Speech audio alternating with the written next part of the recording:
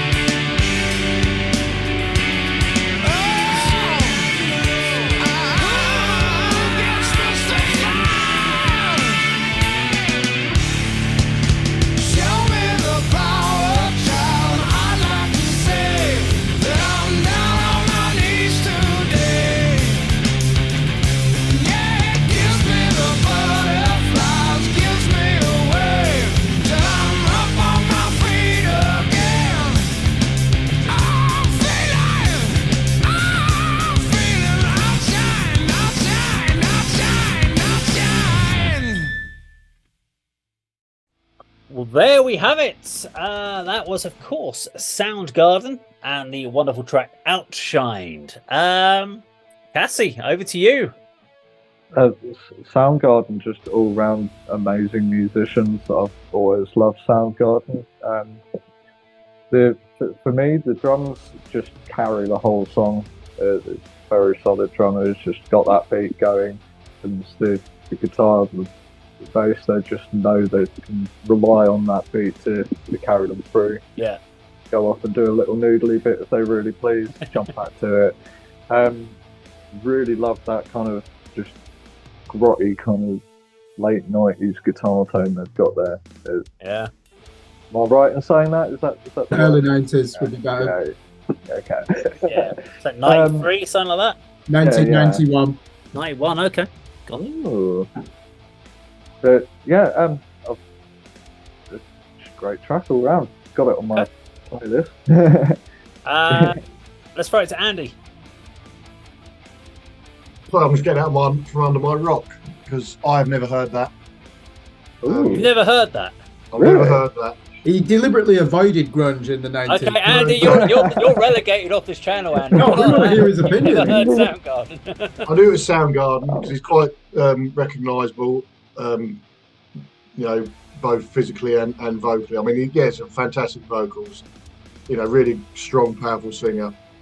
But, you got to remember, at that sort of time in my life, I was listening, getting into death metal and thrash metal. I'm not going to listen to a band called Soundgarden. Don't know how good they are. They're called Soundgarden. What does that mean? It's ridiculous. But yeah, I mean, it was all right.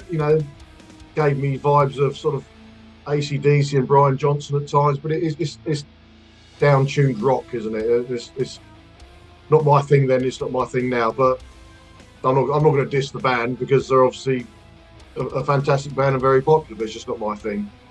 Okay. Fair play. Kirk, over to you. Yeah, so this 1991 album, Bad Motorfinger, is in my top 20 albums of all time. And it's such a heavy album, but it's such an emotional and experimental album as well. And you're right about the drummer, Matt Cameron. A lot of really unusual time signatures. And Andy, you're right. I think what makes them unique in 1991, they're basically a rock band. And they've ended up being heavier than most metal bands. I don't know, unintentionally, because they're down tuning. But they're playing there's some really heavy palm muting in that. So these are the kings of grunge for me. Certainly one of the heavier bands from the grunge scene. And you don't get many bands ripping them off. Do you know why? Because they just can't. It's almost impossible to sound like Soundgarden. I believe we've got a discussion coming up, Dave, about who's the best vocalist of all time. There's a candidate for you straight away. And listen how strange the melody is in the chorus. They don't get enough credit for that. I don't even know what chords they're playing, and why would they even think? No, I couldn't work that out. Why would they even think to do that in the chorus? It's so left field. Yet when you look at the aesthetics of the band, topless, long hair, muscular, you're like, fucking hell, these are a metal band. And I don't know if they've ever identified as metal, self-identified with the genre, but that's what was unique about the first wave of grunge. Some of those bands were just far heavier than the metal bands, certainly the mainstream stuff that was around at the time. But they all had that indie rock, almost DIY aesthetic as well, because a lot of them come from punk rock background, don't they? So unique time for music. That album, just go and listen to it. It is absolutely incredible. 9 out of 10 easy, probably 10 out of 10. Love this band. I don't think the last 2 albums were great. I think they'd almost been in danger of turning into a dad rock band. Because they've been away for so long, certainly on that comeback. It wasn't bad, but wasn't the finest. But yeah, what a true great of rock and metal this band is. So I can, from Andy's point of view of not coming across them, if I remember this one, there was this track and probably one other from Soundgarden that was included in the Road Rash video game. So at the time when this came out, I remember on the Mega Drive playing. It was either Mega Drive or it was on PlayStation 1 at the time, and it was there was Rusty Cage was the other one by Soundgarden that was on Road Rash, and I would have never have heard of any of them apart from maybe Nirvana, Smells Like Teen Spirit, grunge, even Alice in Chains. I only got into Alice in Chains about 4 or 5 years ago. At the time, never listened to Seattle music. Any of the grunge stuff came out, I was like, this is not for me. And stayed away from it.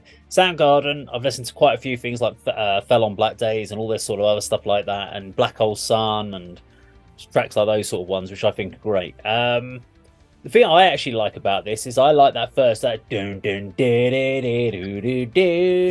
that all it's a bluesy riff, but also has a little bit of like my kind of, for me, as a non-doom guy, I would call that. I'd be like, oh, I think that's kind of a doomy riff. as a non-Doom guy. It's far too happy to be a Doom riff for the Doom guys. They're like, no, no, no, that's easy listening. That's not heavy enough. Black Sabbath. But it's Black Sabbathy. It's got that kind of vibe to it. So it's more of that kind of blues rock. But it's very hooky. It's very catchy. And I enjoy it. I don't think I listen to a lot of it. Of Soundgarden, but I do enjoy it when I do check it out. But yeah, great song and great video from the guys in Soundgarden. Legends. There you go. Now, if you like this video, please do like, share, and subscribe, and we'll see you on the video sometime very soon. Take care.